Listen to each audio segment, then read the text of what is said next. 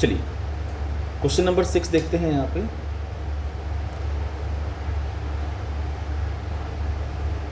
और question number 6 यहाँ बोलता है क्या कि 4 चार्जेस है, ठीक ना, 4 पॉइंट चार्जेस है, q a equal to 2 microcoulomb, q b equal to -5 microcoulomb, q c equal to 2 microcoulomb and q d equal to -5 microcoulomb, जिसको हमने लोकेट कर रखा है कॉर्नर ऑफ ए स्क्वायर पे, ठीक ना। स्क्वायर इसका साइड है क्या 10 सेंटीमीटर का, है ना। तो what is the force on A charge of 1 microcoulomb placed at the centre of A square.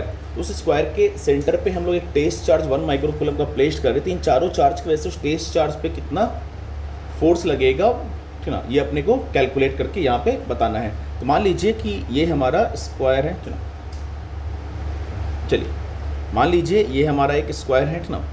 इस स्क्वायर पे हमने 4 चार्जेस को प्लेस्ड कर रखा है। एक चार्ज है अपने पास क्या क्यू ए, दूसरा चार्ज है अपने पास क्यू बी जिसको इस कॉर्नर पे प्लेस्ड कर रखा है, तीसरा चार्ज है अपने पास क्यू सी जिसको इस कॉर्नर पे प्लेस्ड कर रखा है, और चौथा चार्ज है अपने पास क्या क्यू डी जिसको हमने इस कॉर्नर पे प्लेस्ड कर रखा है।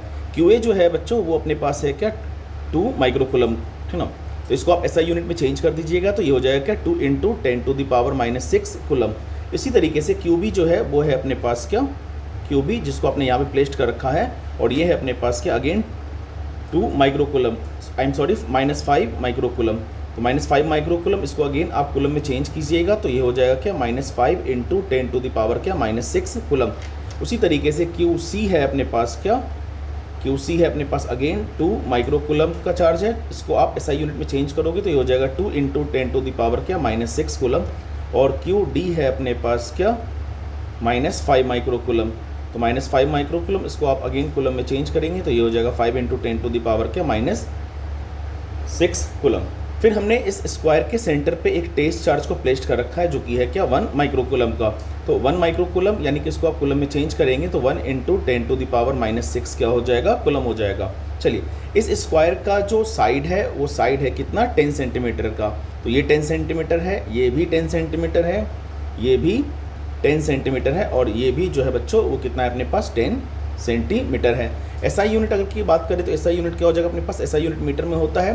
तो सेंटीमीटर को मीटर में चेंज करने के लिए हम लोग क्या करेंगे 10⁻⁻2 से क्या कर देंगे मल्टीप्लाई कर देंगे। तो 10 सेंटीमीटर को आप मल्टीप्लाई कर देंगे कितने से 10⁻⁻2 से, तो ये मीटर में क्या हो जाएगा चेंज हो जाएगा। ठीक है बच्चों। चलो तो अपने को डिस्टेंस निकालना है क्या इसके बीच का, यानी कि ये डिस्टेंस चाहिए, ये डिस्टेंस चाहिए, ये डिस्टेंस चाहिए और ये डिस्टेंस चाहिए। अब आप देखो कि ये 10 सेंटीमीटर का है, ठीक ना, तो इसका हाफ कितना हो जाएगा 5, ठीक ना। तो ये 5 उसी तरीके से, ठीक ना, ये 10 सेंटीमीटर का है तो इसका हाफ कितना हो जाएगा अपने पास 5। या फिर आप सीधा सीधा ऐसे निकाल लो कि यहाँ पे इस ट्रायंगल में किसमें, तो इस ट्रायंगल में ए डी सी में या फिर ए बी सी में अगर आप बात करते हैं यहाँ पे ट्रायंगल इसको लेते हैं क्या ए बी सी को, तो ये अपने पास 10 हो गया, ये 10 हो गया, तो ये h होता है तो h² इक्वल टू क्या होता है p² और प्लस क्या b², यानी कि ये फाइनली हो जाएगा क्या p² यानी कि 10 का स्क्वायर 100 और b² यानी कि 10 का स्क्वायर 100, यानी कि ओवरऑल हो गया क्या ये 200। तो आपको h का वैल्यू चाहिए तो h कितना हो गया अपने पास 10√2। क्लियर बच्चों, उठना। तो ये पूरा अगर 10√2 है, है ना, ये पूरा अगर 10√2 है तो इसका हाफ कितना हो जाएगा, यानी कि ये डिस्टेंस हो जाएगा कितना बच्चों अपने पास, तो ये हो जाएगा आपके पास क्या 5√2। क्लियर है ना। अब यहाँ पे सीधा सीधा देखो आपको काउंट करना है, यहाँ पे 4 स्टेप में हम लोग बात करेंगे, आपको काउंट करना है। यहाँ पे पहला तो स्टेप क्या हो जाएगा अपने पास कि electric field intensity at point क्या ओ, पहला हो जाएगा कि electric field intensity at point O due to q a charge की वजह से, ठीक ना, due to q a charge is, मैंने बोला क्या कि इलेक्ट्रिक फील्ड इंटेंसिटी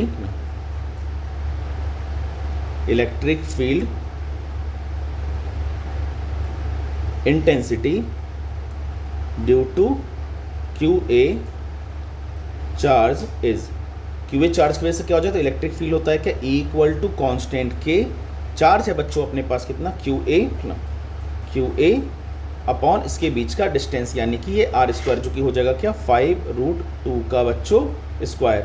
आप सीधा सीधा बच्चों यहाँ पे ऐसा देखो कि इस चार्ज की वजह से ना इस पे जो फोर्स लगेगा उसका डायरेक्शंस क्या हो जाएगा अपने पास इस डायरेक्शंस में, और इस चार्ज की वजह से इस चार्ज पे जो फोर्स लगेगा वो उसका डायरेक्शंस क्या हो जाएगा बच्चों इस डायरेक्शंस में। तो ये इक्वल एंड अपोजिट फोर्स लगेगा तो सीधा सीधा एक दूसरे को क्या करेगा कैंसिल आउट करेगा, यानी कि QA और QC का जो फोर्स है वो अपोजिट डायरेक्शंस में एक दूसरे को कैंसिल आउट करेगा, यानी कि नेट फोर्स इस चार्ज पे कितना लग रहा है अपने पास 0। उसी तरीके से QB और QD का डायरेक्शंस का अगर बात करें तो ये भी अपोजिट डायरेक्शंस में होगा। एक अपने पास क्या है, अपने पास -5 माइक्रोकूलम का है और दूसरा क्या है, -5 माइक्रोकूलम का है। तो ये भी अपोजिट डायरेक्शंस में एक दूसरे को क्या करेगा, कैंसिल आउट करेगा। यानी कि नेट जो है अपने पास जो इलेक्ट्रिक फील्ड लगेगा ना स्टेज चार्ज पे, वो क्या हो जाएगा अपने पास 0। करेक्ट है बच्चों ना। या तो आप सारा E1 E2 E3 E4 करके आप काउंट कर लीजिएगा, या तो आप सीधा सीधा ऐसे समझ लीजिए कि QA की वजह से स्टेज चार्ज पे जो फोर्स लग रहा है और QC की वजह से स्टेज चार्ज पे जो फोर्स लग रहा है वो इक्वल एंड अपोजिट फोर्स होगा, एक दूसरे को कैंसिल आउट करेगा। उसी तरीके से QB की वजह से इस चार्ज पे जो फोर्स लग रहा है और QD की वजह से इस चार्ज पे जो फोर्स लग रहा है वो इक्वल एंड अपोजिट होगा, एक दूसरे को क्या करेगा, कैंसिल आउट करेगा। तो नेट फोर्स इन चार चार्ज की वजह से स्टेज चार्ज पे जो लग रहा है वो कितना हो जाएगा, 0।